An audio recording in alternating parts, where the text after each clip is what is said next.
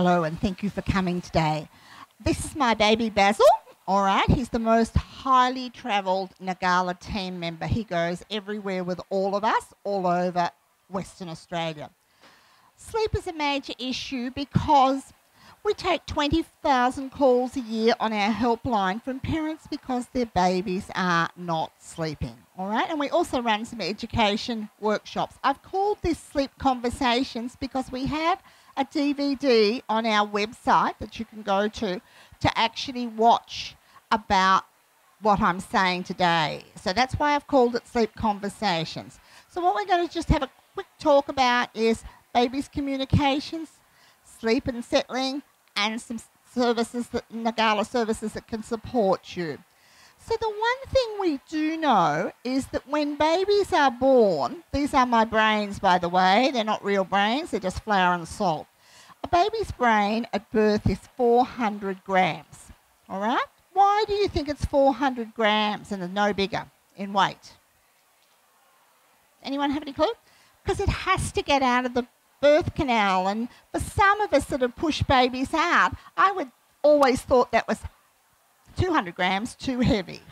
So, and by the time our babies get to 3, their brain is 1,100 grams in weight, and then by the time they get to being an adult, the weight is 1,300 to 1,400 grams. And I'm going to hand these around and let you have a feel. I can never tell the difference between the, I'll let you hold that too, the difference between the 3-year-old and the adult brain. But what really happens is that babies don't learn to sleep by themselves.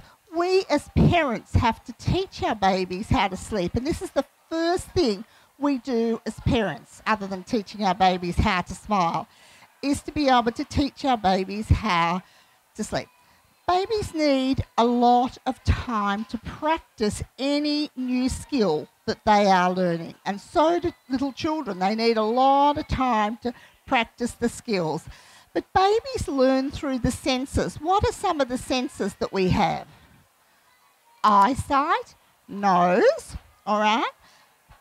Through the mouth, through taste, and through smell and movement, all right?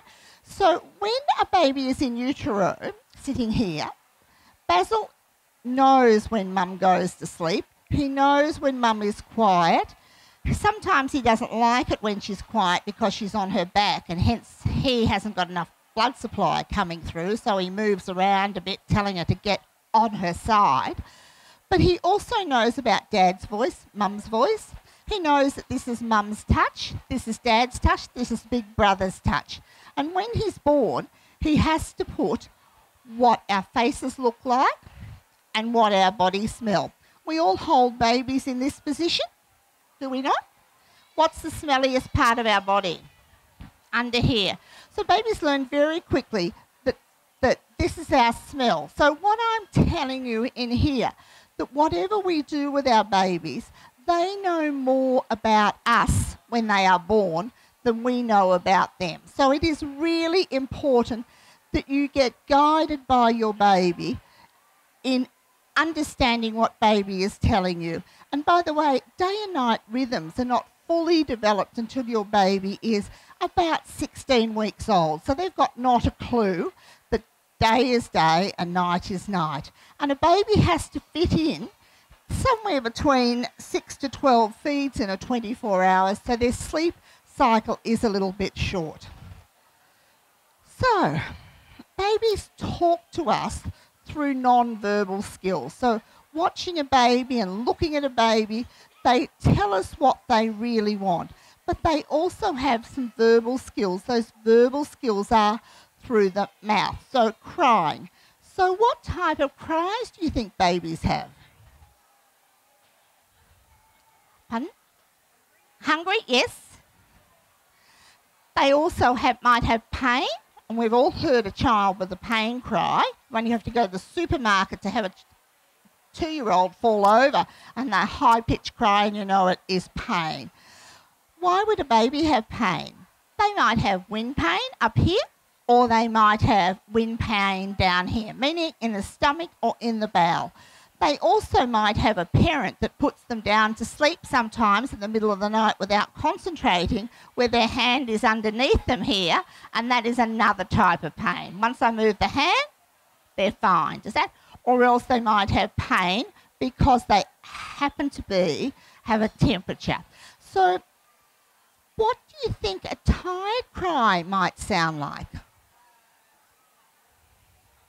If you've got a little baby, what does a tired cry sound like? So a tired cry is a latent part of the babies being tired. Little babies only need to be up for about an hour to an hour and a half, and then they'll show us tired signs. So those tired signs happen to be where they rub their face, do that, they clench their fists, they may look away, so they look over here and stare, or they get fidgety. And some of us get quite, tend to push our tummies out and arc up a little bit. And I always think one of the really things they do is that the big toe and the next toe, when they're really relaxed like that, when they're really tired, they go together and twist over. But the latent cry is when babies cry because they're tired, that's a latent sign. So it's much harder to get babies to sleep when they are overtired. Think about it. You watch telly, you whinge the whole time to your partner and you go, I need to go to bed. I need to go to bed, but I just want to finish watching this Grand Prix that's on now, or the football. I just want to watch it, but I'm so tired. When you get to bed, you can't go to sleep. All right, you look at the ceiling, you can't go to sleep. So when that happens, you're overtired, and that's what happens to babies. And when babies get overtired, what do we do as parents? And baby is really saying, read the manual, do one thing, not a dozen things. All right? So crying, it is typical for a baby at 6 to 8 weeks to cry about 2 to 3 hours a day, not in one little spurt. That would drive us all mad, but up to 2 to 3 hours, because sometimes babies need to cry to use up energy, and sometimes they cry because they've got some pain. One of the things I want to show you is that when a baby is unsettled, dads will hold a baby like this and they will go to sleep. But what do mums do if they hold a baby like this? What happens to a mum who's breastfeeding and she holds a baby like that? Baby's head's going, trying to get, and he gets more agitated. So for mums, holding a baby in this position is a really good position. Does that? Because you're putting pressure on the tummy. So they fart here and they burp here, and they're much calmer. Because if I hold a crying baby up here, what happens to me? Pardon? Yeah, the pain goes in here, the cry goes in here, right into my ear. I get agitated, I roll my shoulders forward, baby picks up that I'm agitated, he arches his back like this, and he cries twice as loud. Does that? And then I do a lot of this, because you're all watching me. And if I just turn baby around and do that and rock, if the legs go purple, it's too tight to hold, all right? I love doing that in an education session with a real baby. So what I want you to do is listen to your baby's cries and respond to the cry. If you are agitated and you're feeling stressed, put your baby down in the stroller and walk away. Go wash your face. Go to the toilet. Because you have to be calm to manage. Does that? Your baby. And please, there is people out there that will help you. Having a grandmother come round to hold a baby is fantastic. Having the next door neighbour in is fantastic. Call Ngala's helpline, because it can be stressful for us sometimes with our babies crying. All right? I'm a child health nurse. I'll tell you, I found my baby crying was a stressful time for me. So each baby's tired signs are unique. There are some early signs that I said: rub their eyes, yawn, clench their fists. That's when we need to be putting baby to bed. We don't need to be handing baby around the room for everybody to hold. Is that? As much as we all want to hold a new baby, it's the mums and dads' responsibility to hold the baby. When we've got baby ready for bed, we need to think about what baby has on. I don't care what you put on your baby, whether it is a growth suit or is it just a leggings with a t-shirt, depending on the weather, it doesn't matter. But what we need to know with little babies is they have the startle reflex until they're about 12 weeks old, where they do this. Just like when you go to sleep at night and you wake up because you feel as if you're dropping off a cliff, that's because you're going through the sleep cycle a bit too fast. We all do it. But for a baby, we need to stop allowing them to do this with their hands until they're about 12 weeks. So one of the best things to do is my only recommendation is that a muslin wrap of some kind, because they breathe. The wrap, and they can stretch. So the muslin wraps, you fold down the top like you're folding the sheet over the blanket, and then put baby down like this. And then with one hand here, you can either put like that and pull it over, the shorter side tucks in, or you can get the other one and bring it up there if baby likes to suck their thumb. So I didn't wrap that one in, I put it there. So that's, and then I just put whichever's and tuck it around like that. There's no special way of doing it and put baby down. Does that help you? I don't ever worry about what this looks like. We've got to be very careful we don't put babies in things that are very tight around their hips, because it causes hip dysplasia now. We know that's the latest research that we know. Okay, this is a sleep cycle. I'll put these slides in the wrong way. So the sleep cycle here is that babies go into their very deep sleep fairly quickly. A deep sleep is when the baby just breathes slightly, goes a bit white to look at, and I've just spent half an hour getting baby to sleep, and I look and I go, oh, hot death, and I wake baby up, all right? We spend most of our sleep in this non-REM sleep, the deep sleep. Babies spend very little time in that. Does that? They spend most of their sleep in this REM sleep, which is the rapid eye movement sleep, because they are practicing the whole time, children are, what they learn in their day.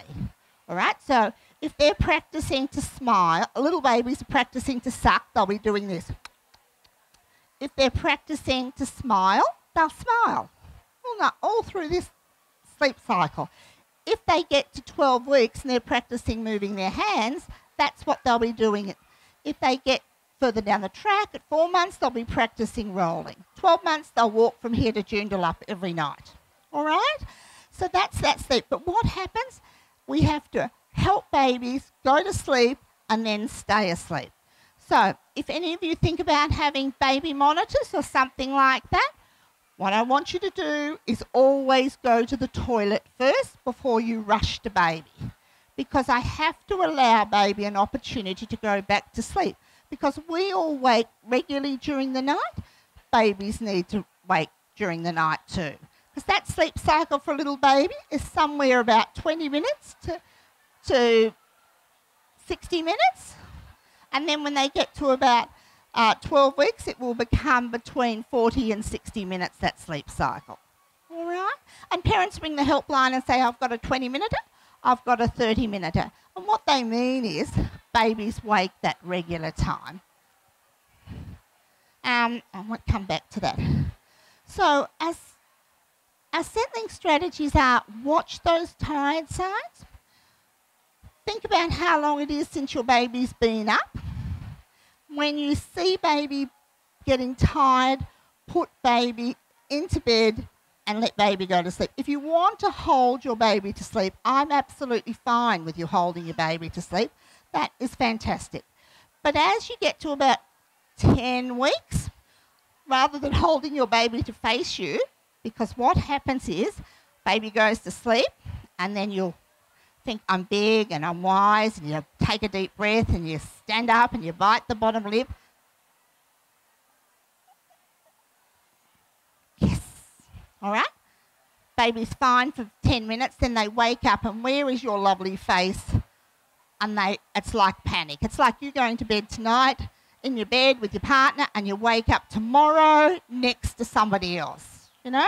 It would be an absolute panic, and that's the same for your babies. So at about 10 weeks, holding your baby like this to go to sleep is absolutely the way to go. Does that? So some of us are not really strong to put their babies down. I'm more worried about you getting to know your baby and learning from your baby in that 12 weeks. Does that? So if baby wakes after one cycle, 20 minutes, 40 minutes, whatever, we need to resettle baby to get them to go through a second cycle. All right?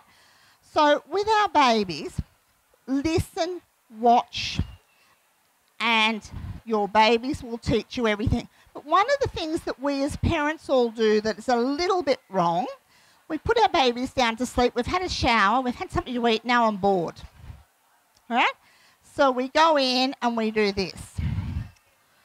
I'll just move that leg because that doesn't look very comfortable. I'll just move this arm here and I'll just do this. All right?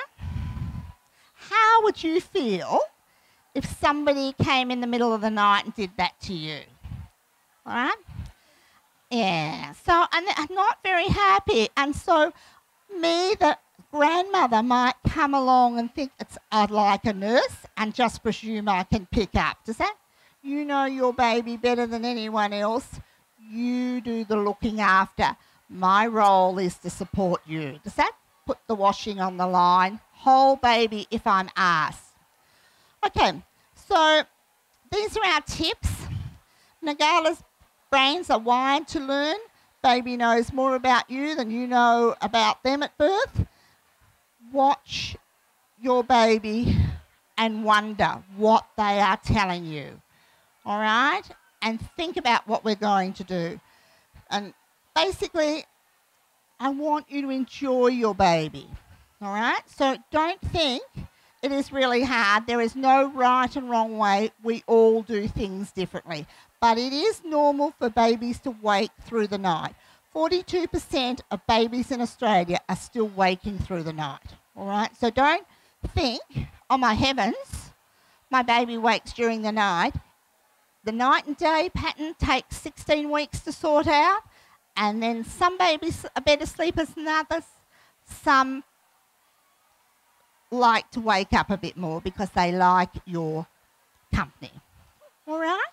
And the final thing I just want to say is that we run a education session called You and Your New Baby, which you can book online. And Sleep Conversations DVD, do review that. And we have a helpline. All right?